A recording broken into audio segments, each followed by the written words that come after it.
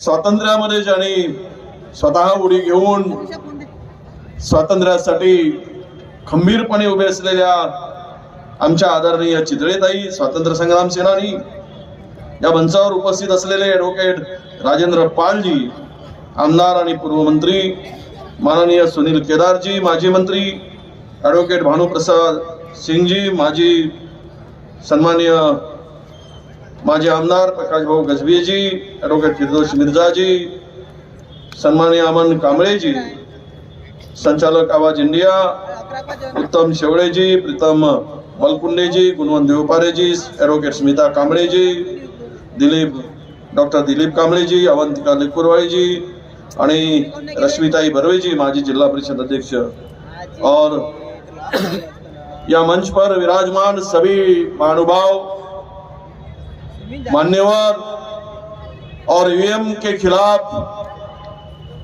एकजुट होने के लिए आए मेरे सभी भाइयों बहनों और मेरे युवा साथियों, तथागत भगवान गौतम बुद्ध कहते हैं कि ना मैं आस्तिक हूं ना मैं नास्तिक हूं, मैं तो वास्तविक हूं। यही लेकर आपको चलना पड़ेगा। अगर आप नास्तिक बनो तो भाई कुछ नहीं होगा, ना आस्तिक बनो तो कुछ नहीं होगा। आपको वास्तविक बनकर इस लड़ाई को आगे ले जाना पड़ेगा, तभी ये हिंदुस्तान आजाद रहेगा, आजाद हिंदुस्तान आजाद रहेगा, आजाद भारत आजाद रहेगा। आजाद भारत, हिंदुस्तान नहीं भारत, क्योंकि ये इंडिया भारत हम सब, हिंदुस्तान ये भारत के रहवासी, अरे इस देश को जिन्होंने आजादी दिलाई, जिन्होंने अपना खून बहाया, इसलिए आप सभी सामने बैठे मेरे राष्ट्रभक्त देशभक्त आप हो। आप देशभक्त राष्ट्रभक्त हो, क्योंकि इस देश को आजाद करने के लिए आपका कुछ ना कुछ हिस्सा होगा। पर जो दिल्ली में बैठे, जो आज गद्दी पर बैठे, जब देश आजाद हो रहा था तो अंग्रेजों के तलवे चाटने का काम वो लोग तभी कर रहे थे, और देशभक्ति की भाषा आज हमें बताते हैं, देशभक्त कहते हैं। तो भाइयों, सच तो एडवोकेट साहब का भाषण आपको एक शक्ति और ताकत दिखाने वाला, मैं इस राज्य का लीडर आपको ऐसे थोड़ी आता। वकील साहब, मैं आया हूं, ये सब कुछ दिख रहा है, इसीलिए तो मैं यहां आया हूं। जो दिख रहा है वो आया हूं दिखाने के लिए, बोलने के लिए आया हूं। हमें तो बहुत सारे एग्जाम्पल इसके तौर पर देना पड़ेगा।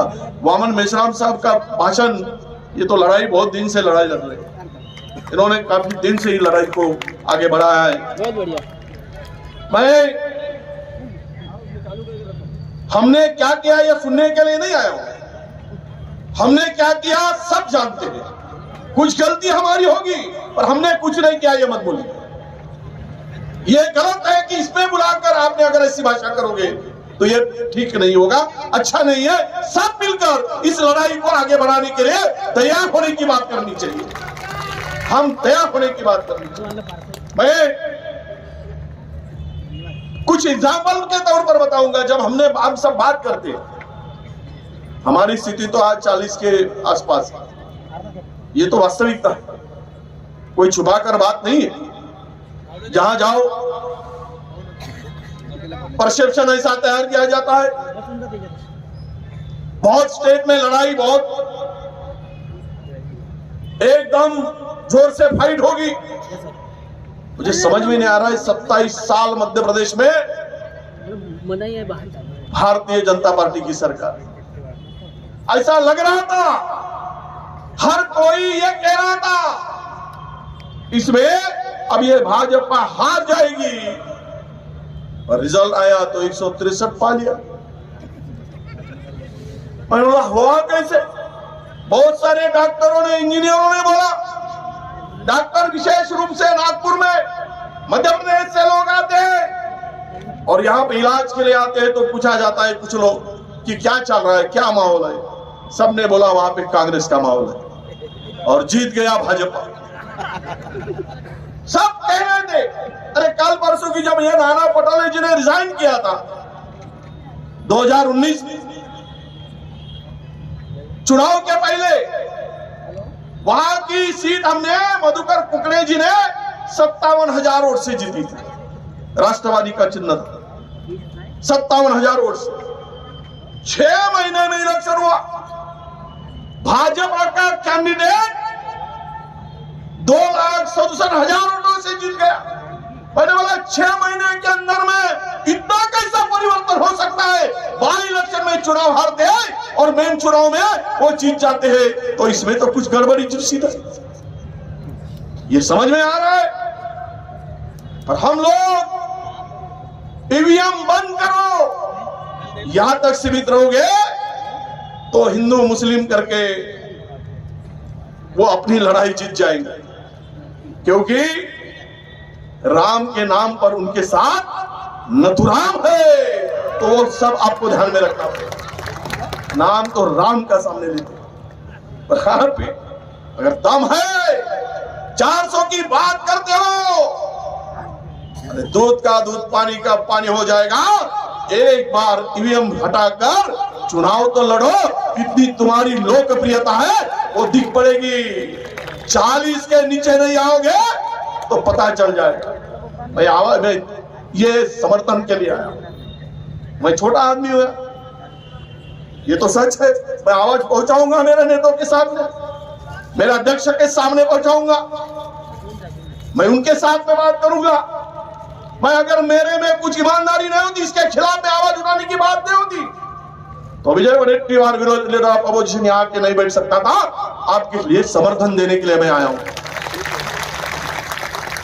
आप ये थोड़ा सा सुन लीजिए, वो एग्जाम्पल के तौर पर बताएं। मेरे ही गांव में गढ़चिरौली में चुनाव हुआ नगर परिषद में, कैंडिडेट चिल्ला रहा है, उसका वोट ही उसको नहीं मिला। बोले मेरा तो ठीक है, मेरे बीबी नहीं दे सकती, मेरा बच्चा भी नहीं देगा, पर साला मैंने वोट डाला वो कहा गया। और जब भी होता है गड़बड़ी तो पहले कमल ही निकलता है। गड़बड़ी में देखो, जब भी होता है तो कमल का ही सामने नाम आता है। इतनी लोकप्रिय हो गई कमलाबाई, मुझे समझ में ना आ रहा है कि आगे देखिए, आज तुम हम सब लोग बाबा साहब के संविधान का कवच है, इसीलिए जिंदा है। अगर ये कवच टूट जाएगा तो तुम्हें और हमें गुलाम होकर जीना पड़ेगा। जय संविधान। संविधान बचाना और संविधान को तोड़ने का काम भी चल रहा है।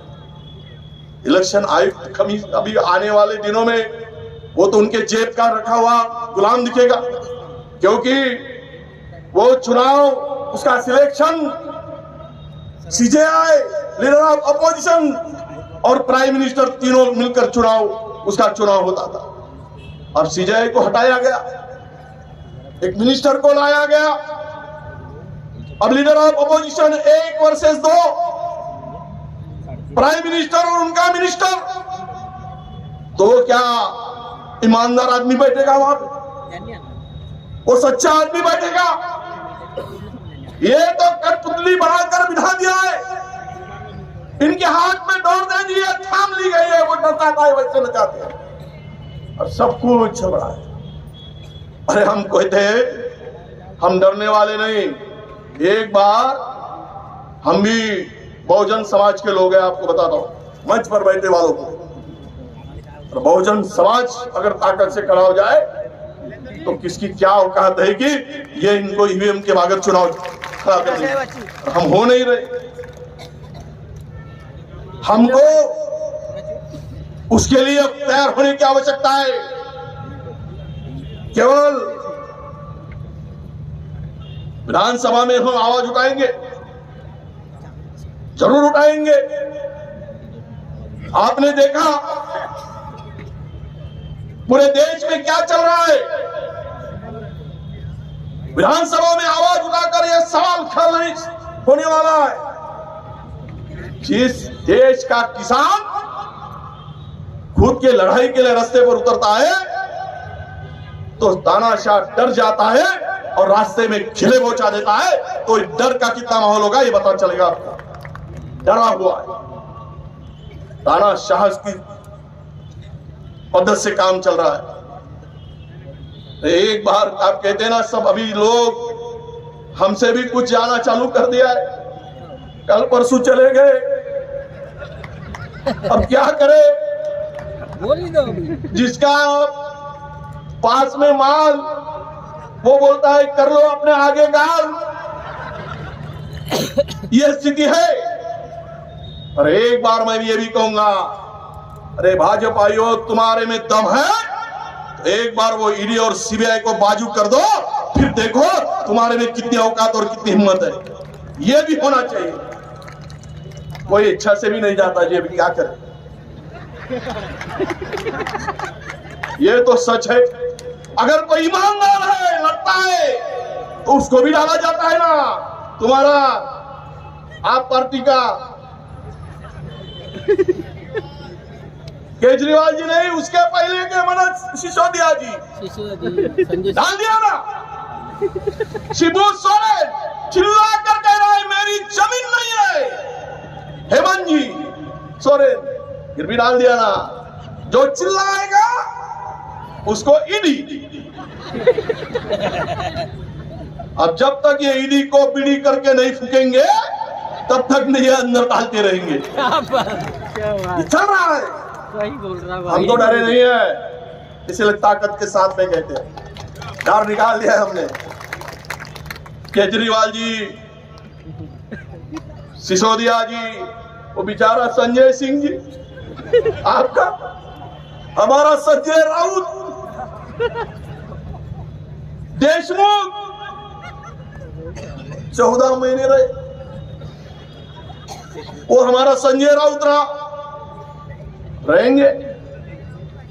ठीक है, बाहर के लोगों से कम संपर्क होगा, अंदर के लोगों से तो 2000 लोगों का ब्रेन वॉश करने का काम कर देंगे हम। क्या बात कि भाई रे गलत हुआ है तुम्हारे साथ, बाहर निकलो, तो हमारे साथ में लड़ाई के लिए बाहर आओ, हम करेंगे। मैं बहुत ज्यादा समय नहीं लूंगा। पर इस तानाशाह को अगर 2024 में तुम हम मिलकर इस देश के जिस तरह से सरकार इस देश को चला रही है, ये बीजेपी को नहीं हटाओगे, ना तुम बचेंगे ना हम बचेंगे। कल के हम गुलाम, इस देश के गुलाम करके हमको सबको कहलाएंगे। इसलिए गुलामी से मुक्ति पाना है तो बाबा साहब अम्बेडकर के संविधान की कसम खाकर सबको एक साथ मिलकर इस लड़ाई को आगे बढ़ाना पड़ेगा। हम आपके साथ रहेंगे, हम आपके साथ रहेंगे। भाइयों, चल रहा है उसका दौर। मैं समाप्ति की ओर हूं। बहुत सारे, मैंने भी कुछ मुद्दों को काफी लेकर आया था, वकील साहब का भाषण सुना, उन्होंने सारे मुद्दों को बहुत जोर शोर से रखा। आपका तालिया का गड़गड़ाहट जो है, तालिया और आपका जोश जो दिख रहा है 24 को, ये जोश नरेंद्र मोदी सरकार को ढेर के बगैर नहीं रहेगा। ये आपके भी हिम्मत दिखती है। और लड़ाई अभी आप ही लड़ सकते हैं, बाबा साहब के बच्चे ही लड़ सकते हैं मेरे बाप, और वो संविधान वाले हैं। जय संविधान, जय जय संविधान। मैं ईमानदारी से कहूँगा, मैं छूप के बात नहीं करता। क्या बात है।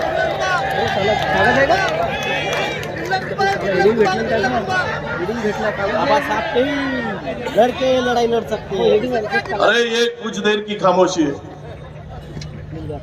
फिर शोर आएगा। ये कुछ देर की खामोशी है, फिर शोर आएगा। तुम्हारा वक्त आया है, हमारा दौर भी आएगा, हमारा दौर भी आएगा। ये बताते हुए मेरे शब्दों को विराम देता हूँ। धन्यवाद। जय हिंद, जय महाराष्ट्र, जय सेवा।